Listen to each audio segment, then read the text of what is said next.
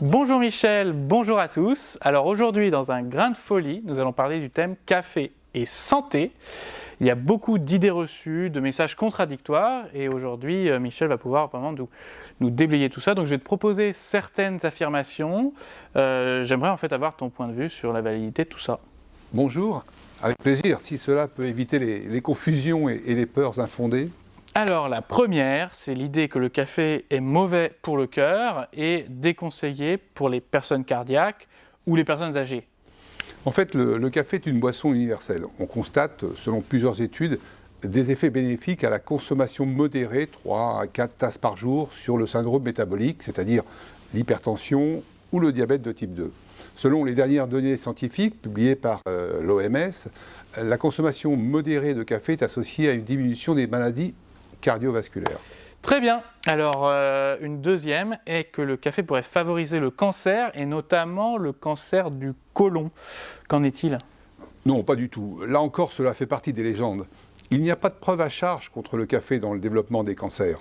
Au contraire, en 2016, l'OMS a retiré le café de sa liste de produits cancérigènes. Et même mieux, certaines études font état d'effets bénéfiques sur le côlon.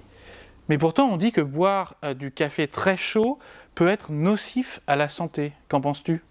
En effet, il est fortement déconseillé de boire un liquide, quel qu'il soit, au-delà de 60 degrés, que ce soit du thé, du café ou une infusion. C'est ce que nous recommandons de toute façon pour pouvoir profiter du goût de nos excellents cafés et de ne pas se brûler le palais et d'en rater une énorme partie. Sinon, j'entends souvent les personnes associer le café avec le diabète. Qu'en est-il ? Attention, comme nous le recommandons, le café se boit sans sucre. C'est une hérésie de sucrer son café et c'est effectivement très mauvais pour la santé. Mais dans un café sucré, ce qui est mauvais pour la santé, c'est le sucre, c'est pas le café. D'où l'intérêt de consommer des cafés de qualité, torréfiés à l'origine, qui n'ont pas besoin d'être sucrés. Le sucre, le lait, on a pris l'habitude en fait finalement de les ajouter au café pour compenser ses défauts. C'est beaucoup plus facile de ne pas en prendre quand il n'y en a pas besoin, quand le café est bon. D'ailleurs, dans les nouvelles habitudes à ce niveau-là, n'y a-t-il pas un danger ou en tout cas un problème avec les capsules ? En effet, les capsules en aluminium peuvent présenter un problème pour la santé. C'est une préoccupation et plusieurs études sont en cours, mais pour nous, le principe de précaution prévaut tant qu'on n'a pas les résultats. Le café, c'est une plante. On comprend mal ce que l'aluminium peut ajouter à la dégustation.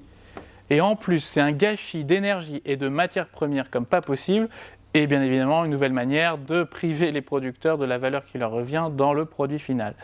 Bon, eh bien, merci Michel pour ces éclaircissements, merci à tous d'avoir regardé cette vidéo. N'hésitez pas à la partager, ce sont des sujets importants qui touchent tout le monde. Et puis je vous dis à bientôt pour un prochain épisode d'un Grain de Folie. Avec plaisir, à bientôt.